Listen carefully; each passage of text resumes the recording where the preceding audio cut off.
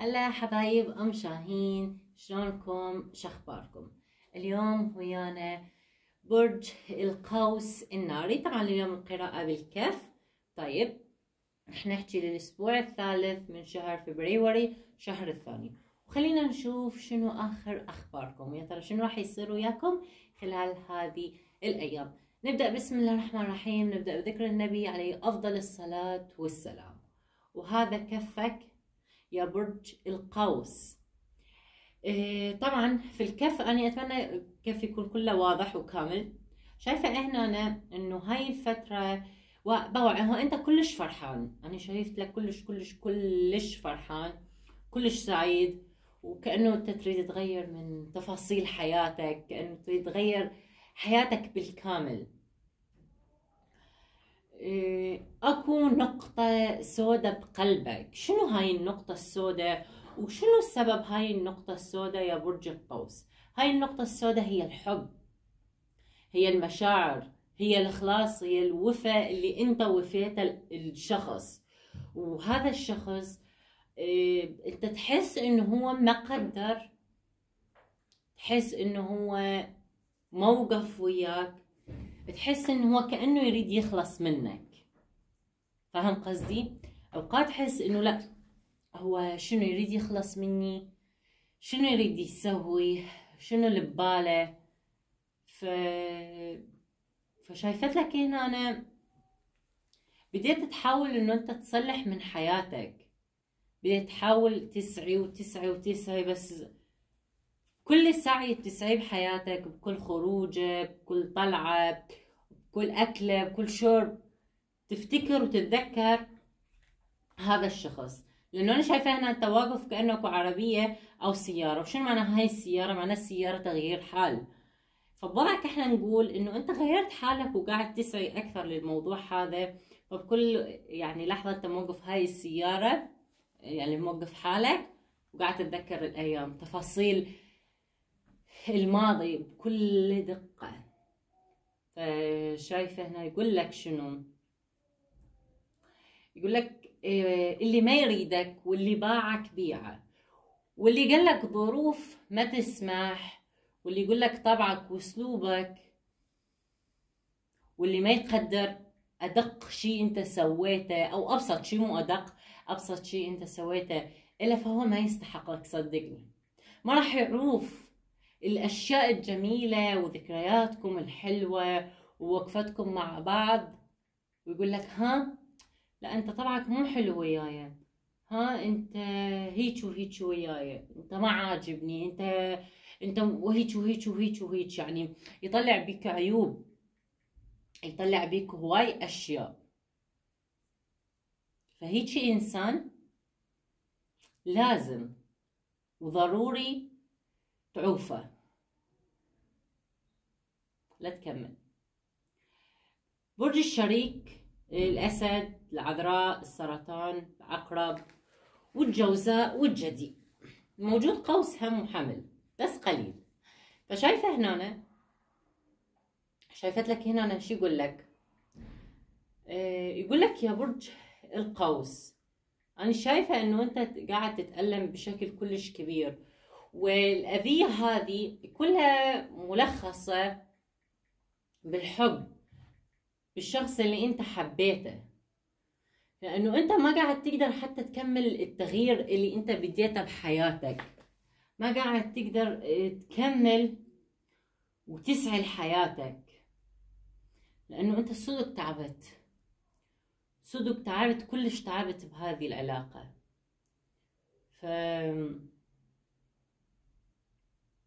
ما قاعد تعرف تكمل ولا تقول كل واحد يروح بطريقة. انت هنا انا واقف بالضبط بهذه النقطة، نقطة انه تكمل لو كلش حاير. شايفت لك هنا أنا يقول لك يا برج القوس، إذا أنت ظليت تنتظره وهو ما إجا فمعناه هو ما يحبك. خليني أحكي لك على مشاعره. مشاعره هو أنا شايفة هو فكر بعيوبك، هو فكر بعيوبك، دايما يفكر انت شنو عيوبك، شنو اللي تسوي، شنو اللي ما تسوي. خلا اطلع لك عيب بسرعة، يلا يلا يلا يلا نطلع عيب بسرعة على مود انهي هاي العلاقة. وصار عصبي، صار عصبي على يعني انت لو تقول لها شلونك او ازيك او عامل ايه يبقى يشتم، يقل ادبه، يتعصب، يسوي مشاكل. يعني انت فاهم قصدي؟ ابسط شيء هو بدأ خلاص انه هو يصير عصبي.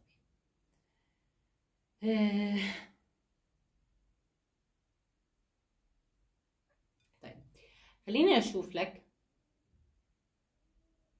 من ناحية الصحة. بس وصلت هنا اللي حابب يحجز قراءة خاصة يقدر يتواصل على رقم 009053 اوكي 53 60 72 14442 او عن طريق الانستغرام تاروت ام شاهين او التيك توك تاروت ام شاهين. نرجع نكمل القراءة من ناحية الصحة. يا برج القوس. برج القوس شايفت لك من ناحية الصحة انت هاي الفترة تمام، هاي الفترة انت شوية قلت لك انت مبسوط سعيد مرتاح، حياتك ماشية تمام مضبوطة.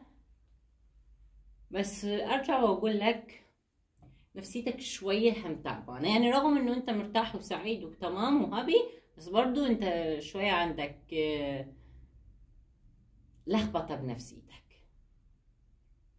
اوكي، هم موجودة لخبطة بنفسيتك، هم تلاقي اوقات نفسيتك تعبانة ما مرتاح، تحس انه اكو شي دايما موقفك.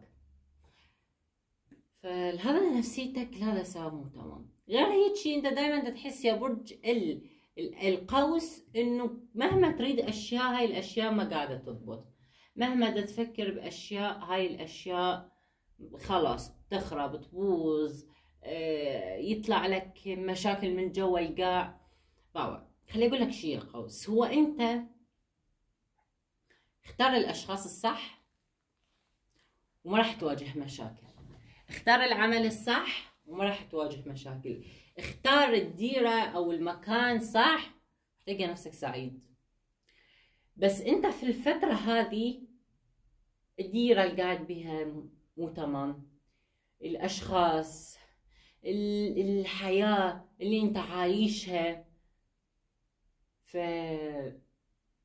كل دولة عاملين لك شوية مشاكل بحياتك. لهذا السبب انت ما تلاقي نفسك سعيد وفرحان ومبسوط. شايفة بالنسبة للعزاب، عزاب برج قوس الناري، شايفة اكو احد يعني وكلكم سحر، يعني خليكم سحر باكل وانتو اكلتوه، فهذا السحر كلش اثر على قسمتكم وكلش وقف لكم يعني حياتكم من ناحية الحب والارتباط والزواج. طيب الحل انت لازم تعالج نفسك، لانه انت كل ما تدخل بعلاقة هاي العلاقة ما تنجح، كل ما خلاص الموضوع تشوفه تمام وينجح والشخص هذا يحبك ويتعلق بيك، على لحظة يجي هذا الموضوع يخرب. فحاول تعالج نفسك يا برج القوس، شوف لك حل، لا تخلي وضعك هيج لانه راح تتعب كلش كلش كلش كلش راح تتعب.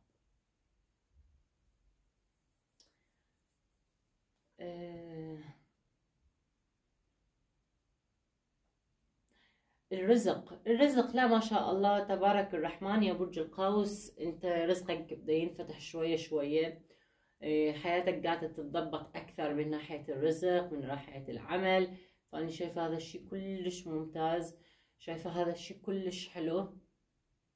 فاستمر، يعني استمر وحاول تطور أكثر من شغلك، حاول تطور أكثر وأكثر الفترة القادمة من شغلك، وحاول شنو